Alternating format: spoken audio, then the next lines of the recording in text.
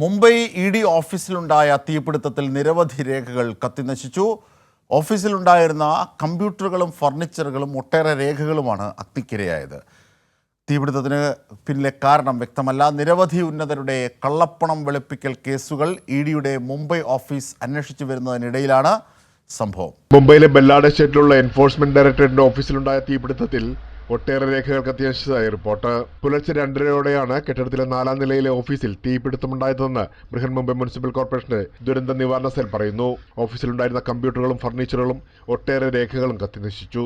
സംഭവത്തിൽ ആർക്കും പരിക്കില്ല. ചെറിയ തോതിലുള്ള തീപിടുത്തം പിന്നീട് വ്യാപകമായി പടരുകയായിരുന്നു. കറുത്ത പുക ഉയർന്നത് തീയണയ്ക്കാനുള്ള ശ്രമങ്ങളെ ദുസ്സഹമാക്കി. നല്ലൊരു ശതമാനം വസ്തുവകകളും കത്തി നശിച്ചതായി അഗ്നിരക്ഷാസേന ഉദ്യോഗസ്ഥർ പറഞ്ഞു. 6 നിലകളുള്ള കെട്ടിടത്തിന്റെ 4ാം നിലയിലാണ് തീപിടുത്തമുണ്ടായത്. എന്നാൽ തീപിടുത്തത്തിന്റെ പിന്നിലെ കാരണം ഇതുവരെ കണ്ടെത്താനായിട്ടില്ല. ഉയർന്ന രാഷ്ട്രീയ നേതാക്കൾ ഉൾപ്പെട്ട കള്ളപ്പണം വെളുപ്പിക്കൽ കേസുകൾ ഇ.ഡിയുടെ മുംബൈ ഓഫീസ് നിലവിൽ അന്വേഷിച്ചു വരികയാണ്. പ്രേംലാൽ, കൈലി ന്യൂസ്, മുംബൈ.